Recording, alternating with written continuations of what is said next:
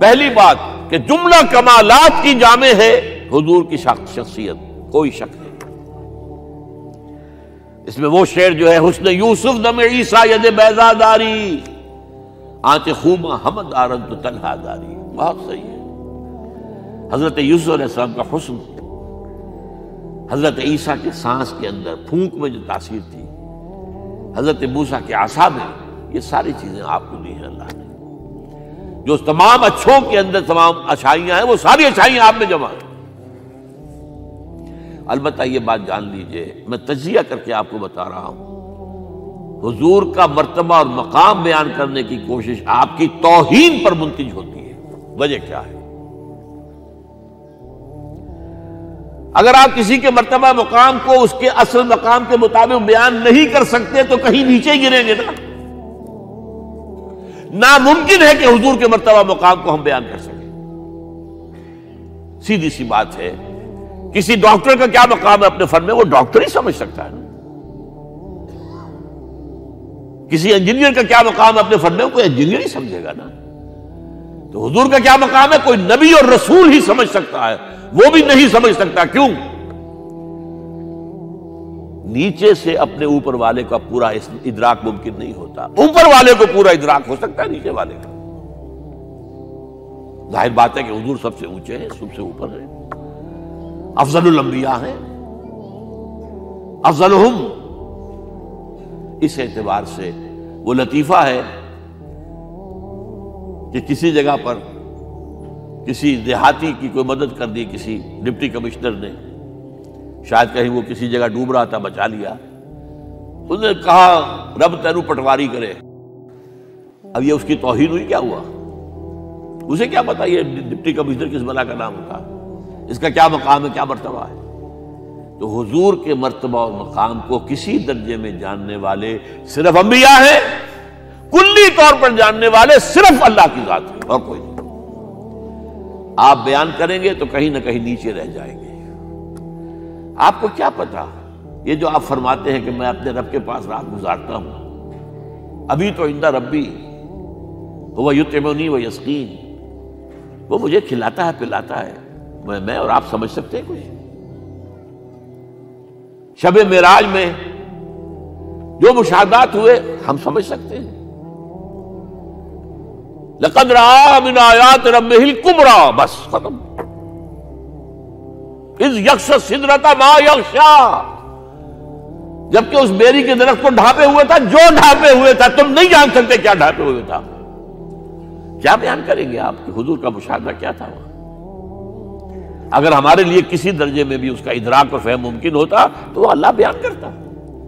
اذ یغشی السدرۃ ما یغشی، جبکہ اس بیری کے درخت کو ڈھانپے ہوئے تھا جو ڈھانپے ہوئے تھا، بس تم نہیں جان سکتے۔ اس اعتبار سے شیخ سعدی کے بھی یہ ربائی جو ہے مبنی بر حق ہے 100%۔ یا صاحب الجمال و یا سید البشر من وجہک المنیر لقد نور القمر، اے جمال اور کمال والے، اے سید البشر، تمام انسانوں کے سردار، آپ کے چہرے انور کی روشنی ہی سے چاند کو روشنی ملی ہے۔ لا یمکن الثناء کما کان حقہ،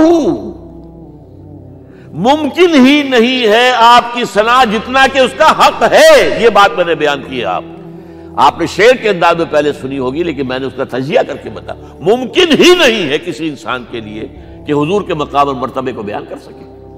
جو کوشش کرتا ہے، جرت کر رہا ہے، جسارت کر رہا ہے، کہیں نہ کہیں توہین کا مرتکب ہو جائے گا۔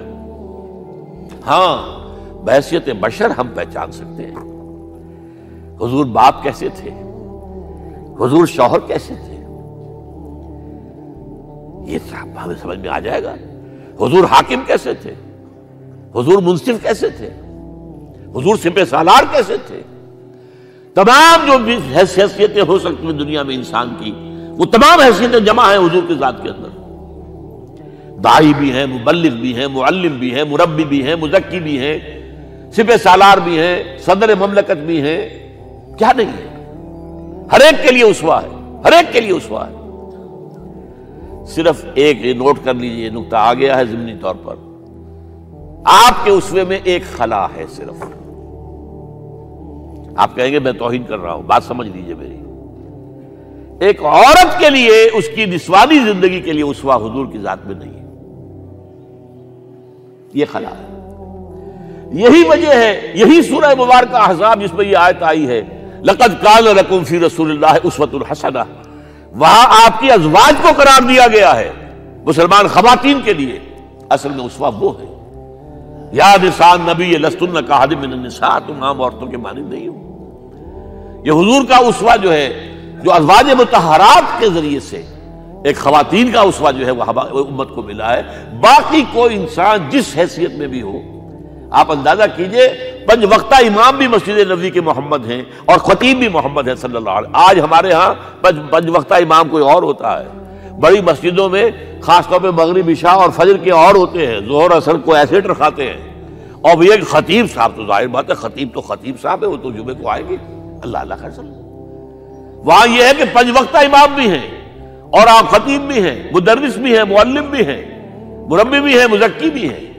اور آپ نے دیکھا ہوگا ہمارے ہاں جو مشائخ ہوتے ہیں وہ تو نماز باجماعت میں بھی شریک نہیں ہوتے، وہ تو پتہ نہیں کس کیفیت میں کہاں جو ہے وہ نماز پڑھتے ہیں، علیحدہ پڑھتے ہیں تو علیحدہ پڑھتے ہیں، ورنہ وہ تو یہ کہ ہر وقت جو ہے وہ ایک خاص استغراق میں رہتے ہیں. اس حوالے سے یا صاحب الجمال و یا سید البشر من وجهك المنیر لقد نور القمر لا يمكن الثناء كما كان حقه بعد خدا بزرگ تو ہی قصہ مختصر.